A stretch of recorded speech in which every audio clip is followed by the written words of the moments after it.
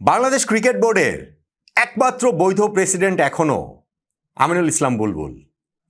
তামিম ইকবালের নেতৃত্বে 11 সদস্যের যে অ্যাডহক কমিটি তৈরি করা হয়েছে সেটা অবৈধ। বাংলাদেশের ক্রীড়া প্রতিমন্ত্রী আমিনুল হকের উদ্যোগে যে তদন্ত কমিটি তৈরি করা হয়েছিল, যাদের রিপোর্টের ভিত্তিতে এই ক্রিকেট বোর্ড ভেঙে দেওয়া হয়েছে, সেই তদন্ত কমিটিটাও অবৈধ। ক্রিকেট বোর্ড থেকে আমিনুল ইসলাম বুলবুলদের যেভাবে বের করে দেওয়া হয়েছে সেটা সাংবিধানিক অভ্যুত্থান।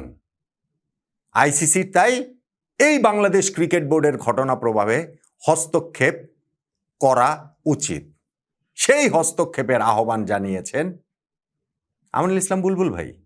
এই যে আমি যে কথাগুলো বললাম, এগুলো বুলবুল ভাইয়ের কথা।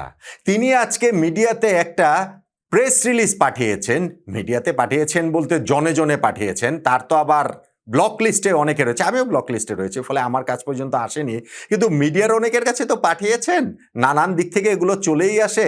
সেইখানটাতে সাদা কাগজে সই করা কোনো বিসিবির প্যাড ট্যাড নাই। ওইখানটাতে তিনি একটা দীর্ঘ স্টেটমেন্ট দিয়েছেন, যেই স্টেটমেন্টের মধ্যে এই কথাগুলো লিখেছেন। বুলবুল ভাই, দুর্দান্ত, দারুণ শট, চালিয়ে যান, আমি আপনার সঙ্গে আছি। কেননা আপনার বেইজ্জতি হওয়ার এখনো বাকি আছে। বাংলাদেশ ক্রিকেট বোর্ড প্রেসিডেন্টের পদ থেকে আপনার বেইজ্জতিতে বিদায় হবে, এই প্রেডিকশন তো আমি অনেক আগেই করেছি, অনেকবারই করেছি। এই যে 2 দিন আগে আপনি বললেন যে বিসিবির একটা চেয়ার আঁকড়ে ধরে আপনি বসে থাকবেন, থাকতে তো পারলেন না। ওই বিসিবি প্রেসিডেন্টের চেয়ার থেকে উঠে গিয়ে মোটামুটি বিসিবির পেছনের দরজা দিয়ে পালিয়ে যেতে হয়েছে আপনার। কিন্তু সেইটাও যথেষ্ট বেইজ্জতি হয়েছে বলে আপনার নিজের কাছেই বোধহয় মনে হয়নি। যেই কারণে এইরকম একটা প্রেস রিলিজ আপনি পাঠাতে পারেন, এবং সেইখানটাতে আমার মনে হয় যেই ইঙ্গিত আপনি দিয়েছেন, যাদের কথায় আপনি নাচছেন, শেষ পর্যন্ত গিয়ে এই বিসিবি প্রেসিডেন্টের পদটা কি আপনি পুনরুদ্ধার করতে পারবেন? আমি তো অনেক কিছু নিয়ে প্রেডিকশন করি, এই ক্রিকেট বোর্ড নিয়েও প্রেডিকশন করেছিলাম, এটা নিয়েও আমার একটা প্রেডিকশন আছে। দেখেন আমার সেই প্রেডিকশন মিলে যায় কিনা। আমিনুল ইসলাম বুলবুল ভাইরা যেই ক্রিকেট বোর্ড নির্বাচন করেছিলেন, তৎকালীন সরকারের ক্রীড়া মন্ত্রণালয়ের উপদেষ্টা আসিফ মাহমুদ সজীব ভুঁইয়ার ছত্রছায়ায় সেই নির্বাচনটা ছিল ভীষণ রকমের প্রশ্নবিদ্ধ, এবং সেই প্রশ্নবিদ্ধ নির্বাচনে তারা টিকে যেতে পারতেন কেবলমাত্র যদি 12ই ফেব্রুয়ারি এই বছর যেই জাতীয় সংসদ নির্বাচন হয়েছে বাংলাদেশে, সেইখানটাতে তাদের পছন্দের দল রাষ্ট্র ক্ষমতায় আসতো।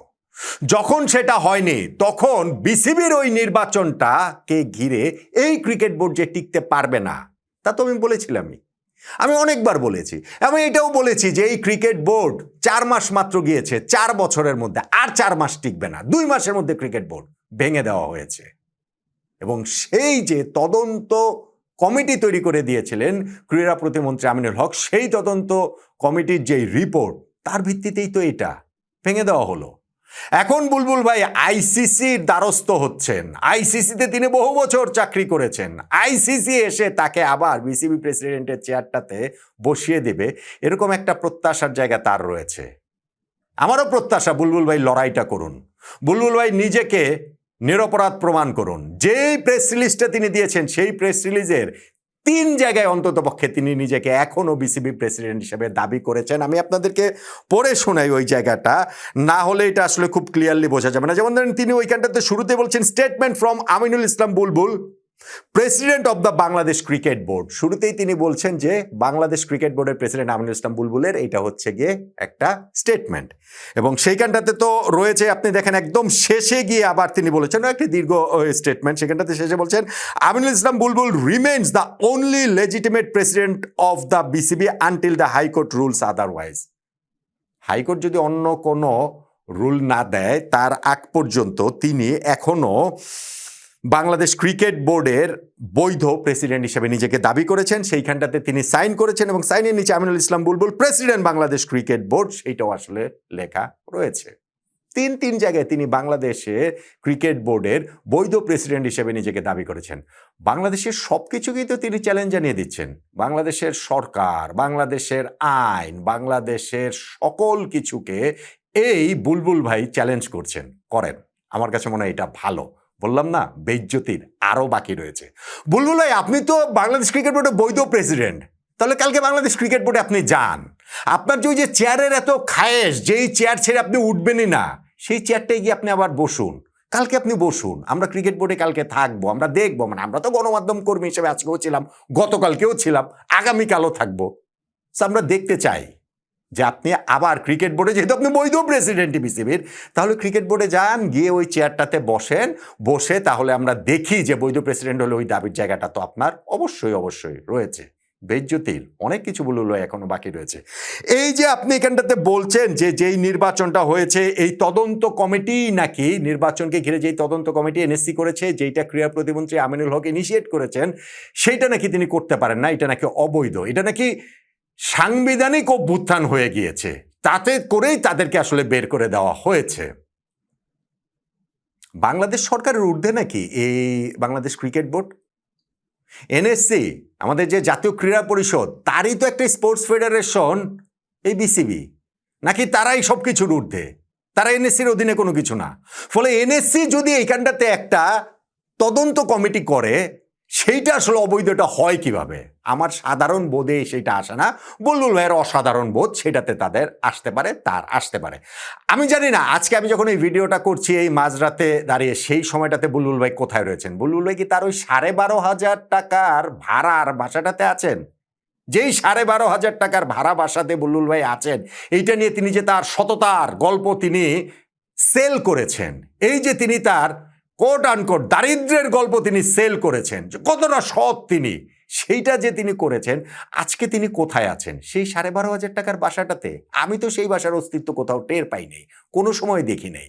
এবং ওইখানটাতে অনেক মিডিয়া তখন এইটাকে বুলবুল ভাইকে হচ্ছে গিয়ে আকাশে তুলে দিয়েছে যে এইরকম মহান একজন লোক, বাংলাদেশ ক্রিকেটের ভালোর জন্য তিনি সকল কিছু ত্যাগ করে চলে এসেছেন, 12,500 টাকার বাসায় থাকছেন। আজকে রাতে কি বুলবুল ভাই সেই 12,500 টাকার বাসায় রয়েছেন? কোথায় তিনি আছেন? কাদের ছত্রছায়া থেকে তিনি এরকম প্রেস রিলিজটা দিয়ে বেড়াচ্ছেন? আমার আসলে জানতে সেটা খুব ইচ্ছা করে। বুলবুল ভাই, আপনি তো জমি বিক্রি করার জন্য মেলবোর্ন থেকে ঢাকায় এসেছিলেন, এসে যে আপনি বিসিবির চেয়ারটাতে বসে পড়লেন, সেটা সরকারি হস্তক্ষেপ হয় নাই? আসিফ মাহমুদ সজীব ভুঁইয়া যে আপনাকে ওই অন্তর্বর্তীকালীন বিসিবি প্রেসিডেন্ট থেকে স্থায়ী বিসিবি প্রেসিডেন্ট করে দিলেন ওই প্রশ্নবিদ্ধ নির্বাচনের মাধ্যমে, সেটা সরকারি হস্তক্ষেপ হয় নাই? এখন ওই নির্বাচনটা কেমন হয়েছে, সেইখানে সরকার যখন তদন্ত কমিটি তৈরি করে, সেই কমিটি যখন রিপোর্ট দেয় এবং সেই রিপোর্টের ভিত্তির করে যখন আপনাদের বোর্ড ভেঙে দেওয়া হয়, তখন আপনার কাছে মনে হচ্ছে এইটা বিসিবির সাংবিধানিক অভ্যুত্থান, গঠনতান্ত্রিক অভ্যুত্থান। এটা কি জোক? এটা কি পুরো দেশের আইন, আদালত, সিস্টেম, সরকার সব কিছুকে বৃদ্ধাঙ্গুলি দেখিয়ে আপনি আপনার মতো করেই বলে যাবেন? আমরা সোশ্যাল মিডিয়া খুললে আজকেও যদি আমরা দেখি কোথা থেকে কারা কারা বুলবুল ভাইয়ের পক্ষে লেখালেখি করছেন, সেইটা দেখলেই বোধহয় স্পষ্ট হয়ে যায় যে তিনি কাদের পকেটে ঢুকে আছেন। ঢুকেছিলেন না, ঢুকে আছেন। আমি বারবার একটা কথা বলেছি, বাংলাদেশ যখন টি-20 বিশ্বকাপ খেলতে যায়নি, তখনই এইটা পুরোপুরি স্পষ্ট হয়ে গিয়েছিল যে এইটা বাংলাদেশ ক্রিকেটের বিপক্ষে একটা ষড়যন্ত্র, এবং সেই ষড়যন্ত্রে ক্রিকেট বোর্ড কোনো ভিকটিম না। Cricket board president Aminul Islam বুলবুল ভাই এইটার কোনো অসহায় শিকার না, বরং এইটার পার্ট তারা। ফলে আমি চাই বুলবুল ভাই আপনি এই লড়াইটা করেন, আপনি থাকেন, আপনি বাংলাদেশ ছেড়ে চলে যেন না, আপনি এখন এই লড়াইটা এই বাংলাদেশের থেকেই করেন। দেখতে চাই আমরা যে সত্যি সত্যি আপনার কতটা আপনি বৈধ বিসিবি প্রেসিডেন্ট রয়েছেন। আপনি আজকে আইসিসিকে আহ্বান জানাচ্ছেন, আইসিসি যেন এই ঘটনাটাতে হস্তক্ষেপ করে। বিরাট ওই প্রেস রিলিজের লাস্টে আপনি লিখছেন যে, কনক্লুশন দিচ্ছেন ওই জায়গাটাতে এসে যে we call upon the International Cricket Council to intervene immediately to protect the sanctity of our elected board. The ad hoc committee is illegal. আইসিসিকে তিনি আহ্বান জানাচ্ছেন, বলছেন অ্যাড হক কমিটিটা illegal, the probe report is illegal. তদন্ত কমিটির report, তদন্ত report সেটাও হচ্ছে গিয়ে অবৈধ তিনি বলছেন। The legitimacy of October 6 to 2025 election conducted by a neutral three-member commission including a Supreme Court advocate and senior CID officer cannot be questioned by any government body after the fact. কেন? গভর্নমেন্টকে আপনারা ওই একটা নির্বাচন করেছেন, সেই নির্বাচনকে কোনোভাবেই সেটা প্রশ্নবিদ্ধ করতে পারবে না, সেই জিনিসটা তারা এটা বলছেন। এইটা কিভাবে তারা বলেন? Aminul Islam Bulbul remains the only legitimate president of the BCB until the high court rules otherwise. তো ঠিক আছে, আপনি যদি ওই বৈধ প্রেসিডেন্টই হন, আপনার যদি এতই যদি মনে হয় যে না ঠিক আছে আমার বিপক্ষে সবাই মিলে ষড়যন্ত্র করেছে, এই বোর্ডের বিপক্ষে সবাই মিলে ষড়যন্ত্র করেছে, তাহলে লড়াই করেন, আপনি আইনত লড়াই করেন, আপনি আইসিসির কাছে যান। আইসিসির কাছে যে মিথ্যাবাদী হিসাবে আপনার যে পরিচয় স্পষ্টভাবে প্রকাশিত হয়েছে, আইসিসির সঙ্গে আপনি যেই খেলাটা খেলেছেন, যেই নোংরা খেলাটা আপনি খেলেছেন, বাংলাদেশে টি-20 বিশ্বকাপ খেলা না খেলার ওই সময়টাতে আইসিসির সঙ্গে মিটিংয়ে গিয়ে মোটামুটি তাদের হর্তাকর্তাদের, আমার বলতে বাধো বাধো লাগছে, তারপরেও এখন তো সত্যের খাতিরে বলতে হবে, মোটামুটি ওই আইসিসির হর্তাকর্তাদের পায়ে ধরে আপনি বসেছিলেন এবং বেরিয়ে এসে আপনি পাকিস্তান ক্রিকেট বোর্ডের সঙ্গে যখন আবার মিটিং করেন তখন তাদেরকে আবার ভিন্ন কথা বলেন, আবার যখন আপনি বাংলাদেশে মানে অন্যান্য মিডিয়ার সামনে কথা বলেন তখন আপনি অন্য কথা বলেন। আইসিসি হতভম্ব, একটা লোক এই লেভেলের মিথ্যুক কিভাবে হয়? আমিনুল ইসলাম বুলবুল ভাই, আপনি প্যাথোলজিক্যাল লায়ার, এইটা আইসিসির কাছে স্পষ্ট। আমি বলেছিলাম আমি অনেকগুলো প্রেডিকশন অনেক ক্ষেত্রেই করি, প্রেডিকশন খেলাটা আমার ভালো লাগে, সেটা মাঠের যেমন মাঠের বাইরেও তেমন।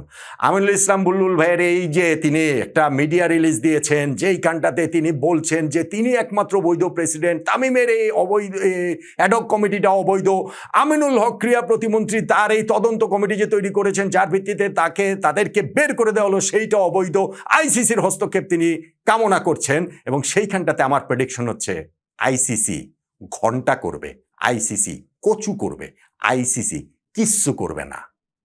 কারণ আপনি আপনার ওই মুখোশের খেলা বাংলাদেশ টি-20 বিশ্বকাপে যখন খেলেছে কি খেলবে না ওই সময়টাতে আইসিসিকে দেখিয়ে ফেলেছেন। বুলবুল আপনি এখনো নাচছেন পাকিস্তানের কথায়, আপনি এখনো নাচছেন, আপনি এখনো নাচছেন বাংলাদেশের একটা রাজনৈতিক গোষ্ঠীর কথায়, এবং আপনার সেই নাচটা বোঝা যায় যখন আপনি এরকম একটা প্রেস রিলিজ দেখেন। এরা আপনাকে শেষ পর্যন্ত ব্যাক করবে না বুলবুল ভাই, আপনাকে এরা একেবারে বেইজ্জতির চূড়ান্ত করবে, তাহলে তাদের যে উদ্দেশ্য সেই উদ্দেশ্যে হাসিল হয়। কিন্তু আপনি বাংলাদেশের প্রথম টেস্ট সেঞ্চুরিয়ান বুলবুল ভাই, আপনি বাংলাদেশের প্রথম বিশ্বকাপের ক্যাপ্টেন বুলবুল ভাই, আপনি বাংলাদেশ ক্রিকেট ইতিহাসের ফাইনেস্ট প্লেয়ারদের একজন বুলবুল ভাই, আপনি বাংলাদেশের ক্রিকেট রূপকথার অমর অংশ বুলবুল ভাই। বোর্ড প্রেসিডেন্ট হিসাবে আপনি যা করেছেন সেইটা ন্যাক্কারজনক, সেইটা লজ্জাজনক, সেইটা আপনার ক্রিকেট বোর্ডকে এই দেশের ক্রিকেট বোর্ডের ইতিহাসে সবচেয়ে ব্যর্থ ক্রিকেট বোর্ড হিসেবে মনে রাখার জন্য যথেষ্ট।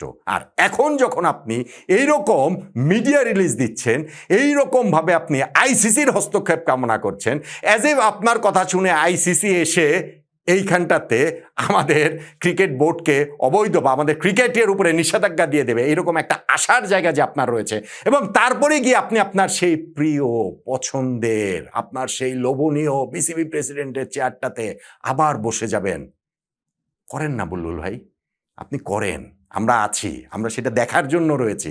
আপনি কালকে বিসিবিতে আবার যান, পরশু আবার বিসিবিতে যান, আবার বিসিবি প্রেসিডেন্টের রুমে যান, সেই চেয়ারটা আপনি দখল করে বসেন, আইসিসির সঙ্গে মেল চালাচালি করেন, পাকিস্তান ক্রিকেট বোর্ডের সঙ্গে আপনি পারলে আরেকবার গিয়ে কাইট ডিপ্লোমেসি করেন, মহসিন নাকভির সঙ্গে আপনি টেলিফোনে সারাক্ষণ বসে থাকেন, বাংলাদেশের ওই নির্দিষ্ট রাজনৈতিক গোষ্ঠী এবং সোশ্যাল মিডিয়া বাহিনী যে রয়েছে তাদের সঙ্গে আপনি তাদের পকেটের ভিতরে ঢুকে বসে থাকেন, কিন্তু আপনি যে একমাত্র আমাদের বিসিবির বৈধ প্রেসিডেন্ট সেইটা প্রমাণ করেন, সেইটা আমি দেখতে চাই।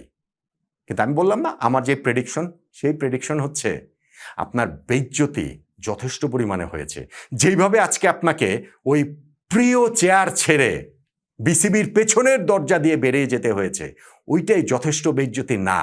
আপনার আরও চূড়ান্ত বেইজ্জতি যদি হয় তাহলে আপনাকে নিয়ে যারা এই খেলাটা খেলছে তাদের লাভ হবে, কিন্তু আপনার ইজ্জতের যদিও এখনো কিছু বাকি থাকে সেইটাও আর কিছু থাকবে না।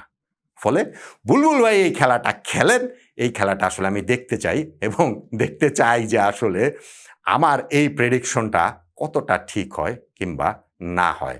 বলেছিলাম আপনার বেইজ্জতিতে বিদায় হবে, হয়েছে। বলেছিলাম ওই 12ই ফেব্রুয়ারি জাতীয় সংসদ নির্বাচনে 4 মাসের মধ্যে বিদায় হবে, 2 মাসের মধ্যে বিদায় হয়েছে।